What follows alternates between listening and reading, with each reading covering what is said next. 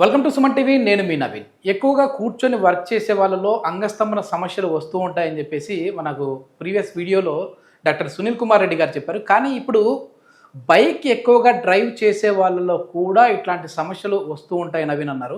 అసలు ఎందుకు వస్తూ ఉంటాయి? ఎక్కువ కూర్చున్నా, అదేవిధంగా ఎక్కువ బైక్ డ్రైవ్ చేసినా కూడా అంగస్తంభన సమస్యలు ఎందుకు వస్తాయి అనేది సార్ని అడిగి తెలుసుకుందాం. ప్రస్తుతం మనం వచ్చేసి ట్రీట్మెంట్ రేంజ్ హాస్పిటల్లో ఉన్నాము. మనతో ఉన్నారు ప్రముఖ సైకియాట్రిస్ట్ మరియు సెక్సాలజిస్ట్ డాక్టర్ సునీల్ కుమార్ రెడ్డి గారు. హాయ్ సార్, నమస్తే. నమస్కారం సార్. నిజంగా ప్రీవియస్ వీడియోస్ అన్నీ కూడా చాలా బాగా రిసీవ్ చేసుకున్నారు. నిజంగా దీనివల్ల కూడా అంగస్తంభన సమస్యలు వస్తాయని చెప్పేసి వాళ్ళే క్వశ్చన్స్ వేసుకుంటా ఉన్నారు. ఇప్పుడు బైక్ డ్రైవ్ చేస్తే మామూలుగా ఏంటంటే బ్యాక్ పెయిన్ వస్తుంది అని చెప్పేసి వింటూ ఉంటాం. కానీ అంగస్తంభన సమస్యలు ఎట్లా వస్తాయి దీని నుంచి? ఇప్పుడు చాలా కాంప్లికేటెడ్ క్వశ్చన్ అండి. బైక్ డ్రైవ్ చేస్తే అంగస్తంభన సమస్యలు డైరెక్ట్గా రావు. బేసికలీ చాలామంది ఎక్కువ టైము ఈ కూర్చొని ఉండటం కానీ దీనివల్ల ఫిజికల్ యాక్టివిటీ తగ్గిపోయి వాళ్ళకు పెల్విక్ గడ్డిల్ అంటే మనకి ఎక్కడైతే ఈ రిప్రొడక్టివ్ ఆర్గాన్స్ ఉంటాయో అక్కడ ఉండే మజిల్స్ చాలా పని తక్కువ పెడుతున్నారు. మిగతా దాని మీద ఎక్కువ ప్రభావం ఉంటుంది. సో దీంతో చిన్నగా అంగస్తంభన లోపాలు వస్తున్నాయి అన్నది నా thought process. Okay okay. Basically వీళ్ళు ఏంటంటే మీరు అన్నట్టు బైక్ రైడ్లో బ్యాక్ పెయిన్ అనేది వెరీ కామన్. అది అందరికీ తెలిసిన సమస్య. అంటే పోస్చరల్ మాడిఫికేషన్స్ కావచ్చు, ఎక్కువ టైము ప్రయాణం కావచ్చు, ఇవన్నీ ఏంటంటే మన వెన్నుపూస మీద పడతాయి, దానివల్ల పెయిన్ రావచ్చు. ఓకే. సో ఆ వెన్నుపూస నుంచే మనకు నరాలు పెన్నిస్కి వెళ్తాయి, అంటే అంగానికి వెళ్తాయి. సో వీటిలో ఏదన్నా ఇబ్బంది వచ్చినా అంగస్తంభన లోపాలు రావచ్చు అనేది ఇంకొద్దిగా ఎక్స్టెన్షన్ అన్నమాట. ఇట్లా ఎక్కువగా బైక్ మీద కూర్చొని డ్రైవ్ చేసే వాళ్ళలో నమ్నెస్ వస్తూ ఉంటుంది, అంటే తిమ్మిర్లాగా ఈ భాగం మొత్తం వస్తుంటది. అది దేనివల్ల సార్? సో అదే ఇప్పుడు అక్కడ వెన్నుపూస నుంచి ఏవైతే ఈ నరాలు అంటే మనకు సప్లై చేసే నరాలు అక్కడి నుంచి వస్తాయి కాబట్టి వాటిలో ఏమాత్రం ఒత్తిడి కలిగిన, ఇప్పుడు ఫర్ ఎగ్జాంపుల్ సయాటికా అంటాం, అది పోస్చరల్ ప్రొసీజర్స్లో మనము ఆ పెద్ద సయాటికా నర్వ్ మీద ఒత్తిడి పట్టడం వల్ల మనకు ఆ నమ్నెస్ అనేది వస్తుంది.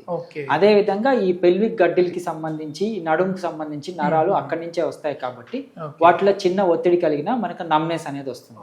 కొంతమంది నాకు పెన్నిసే ఉన్నట్టు కనిపించడం లేదు సార్, అసలు నమ్ముగా ఉంటుంది అని ఇబ్బంది పడుతూ ఉంటారు. ఇలాంటివన్నీ ఏదైతే పెన్నిస్కి సంబంధించిన నర్వ్ మీద ఒత్తిడి పట్టడం వల్లే వస్తాయి అన్నమాట.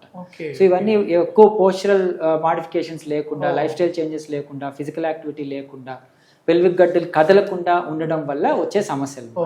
వీటన్నిటికీ ఫిజికల్ యాక్టివిటీ ఇంప్రవైజ్ చేస్తే ఇవన్నీ ఈజీగా. మీ రియల్ ఎక్స్పీరియన్స్ లో చాలా వరకు రోజు చాలా మంది చూస్తూ ఉంటారు కదా, ఈ సమస్యతో వచ్చిన వాళ్ళని చూసారండి? సార్ నేను ఎక్కువ సిట్టింగ్ పొజిషన్ లోనే ఉంటాను, కానీ నాకేంటంటే ఒకప్పుడు సిట్టింగ్ పొజిషన్లో ఎక్కువసేపు కూర్చొని ఉంటే టెస్టికల్స్లో ప్రాబ్లం వచ్చి పిల్లలు పుట్టరు అని చెప్పేసి విన్నాం. కానీ ఇప్పుడు నాకు 4 పిల్లలు ఉన్నారు, అన్నీ బాగానే ఉన్నాయి, కానీ అంగం సంబంధించట్లేదు, కూర్చోవడం వల్ల అంటున్నారు అని చెప్పిన వాళ్ళు ఎవరైనా ఉన్నారా? అవును, అవగాహన పెరిగి వాళ్ళ పోస్చరల్ మాడిఫికేషన్స్ మారుతున్నారు. స్టిల్ వాళ్ళు ఏంటంటే ఈ సమస్య నుంచి, అంగస్తంభన ప్రాబ్లమ్స్ నుంచి ఇబ్బంది పడుతున్నారు. Okay okay. సో బేసిక్గా ఎక్కువ సమయం కూర్చోవటం అంటే ముఖ్యంగా డ్రైవింగ్ ప్రొఫెషన్లో ఉన్న వాళ్ళకి ఏమవుతుందంటే పాపం ఎక్కువ కాలం వాళ్ళు ఒకే పొజిషన్లో కూర్చొని ఉండాల్సి వస్తుంది.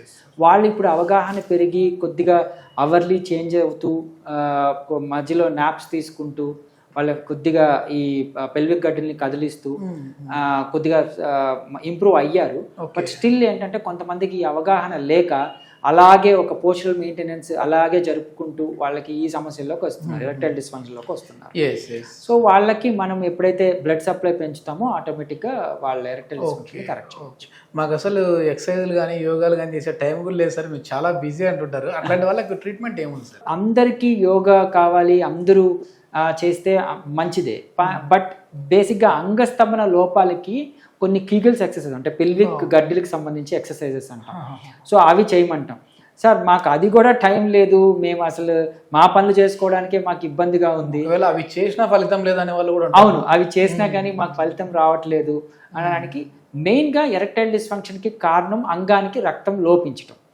సో ఆ రక్త ప్రసరణ ఇంప్రవైజ్ చేసే టెక్నిక్కే మన దగ్గర షాక్ వేవ్ థెరపీ అంటాం.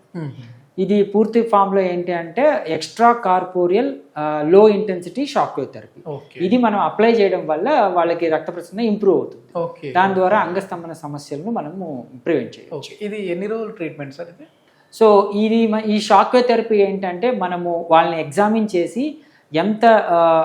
ఎన్ని షాక్స్ ఇవ్వాలి, ఎంతకాలం ఇవ్వాలి అనేది మనం డిసైడ్ అవుతుంది. యూజువలీ నేను పర్టికులర్గా నా దగ్గరకు వచ్చే సమస్యలన్నీ ఏంటి అంటే ఎరెక్టైల్ డిస్ఫంక్షను, లేకపోతే ప్రిమెచ్యూర్ ఎజాకులేషను, పర్ఫార్మెన్స్ యాంగ్జైటీలో, లేకపోతే పెరినిస్ డిసీజ్లో ఇవి వస్తూ ఉంటాయి. వీటికి నేను 8 to 10 సెషన్స్ నడుపుతాను. అంటే అది వీక్లీ రావాల్సి వస్తుంది నా దగ్గరికి. కొద్దిగా టైం తీసుకున్నా వాళ్ళకి పర్మనెంట్ క్యూర్ ఉండడానికి నేను ట్రై చేస్తాను. 3 months ఒక 2 నుంచి 3 months వరకు నా దగ్గర ట్రీట్మెంట్. ఓకే. ఈ బైక్ డ్రైవే కాకుండా మామూలుగా కారు కావచ్చు, హెవీ వెహికల్స్ నడిపే వాళ్ళు ఉంటారు. వాళ్ళకి ఏంటంటే ఇంకా కూర్చొని సీట్ దగ్గర హీట్ కూడా జనరేట్ అవుతా ఉంటుంది.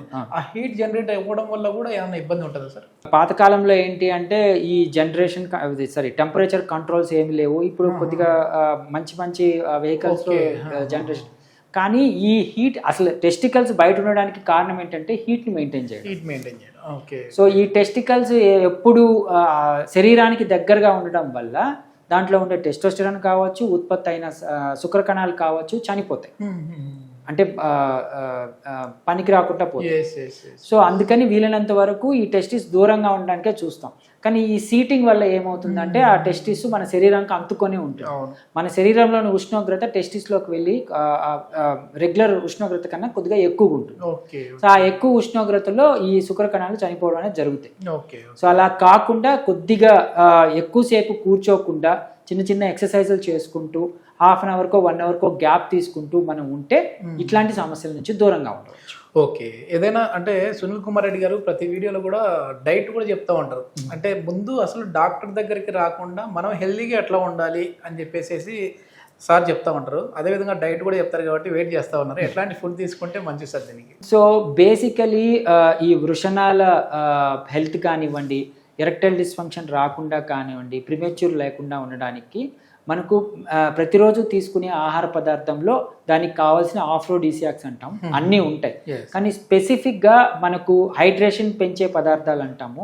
ఎక్కువ వాటర్ తీసుకోవటం, మామూలుగా మనం పెద్దవాళ్ళు కూడా చెప్తుంటారు నట్స్ తినమని చెప్పేసి, డ్రై నట్స్, డ్రై ఫ్రూట్స్ తినమని చెప్పేసి.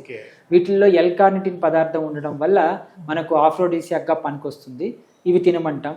హైడ్రేషన్ పెంచడానికి జ్యూసెస్ అంటే బీట్రూట్ జ్యూస్ కావచ్చు, వాటర్ మిలన్ జ్యూస్ కావచ్చు, ఇవి బాగా ఉపయోగపడతాయి. ఈవెన్ వాటర్ మిలన్ జ్యూస్ అయితే సెక్షువల్ యాక్ట్కి ముందు తాగితే ఇంకా బాగుంటుంది అంటారు.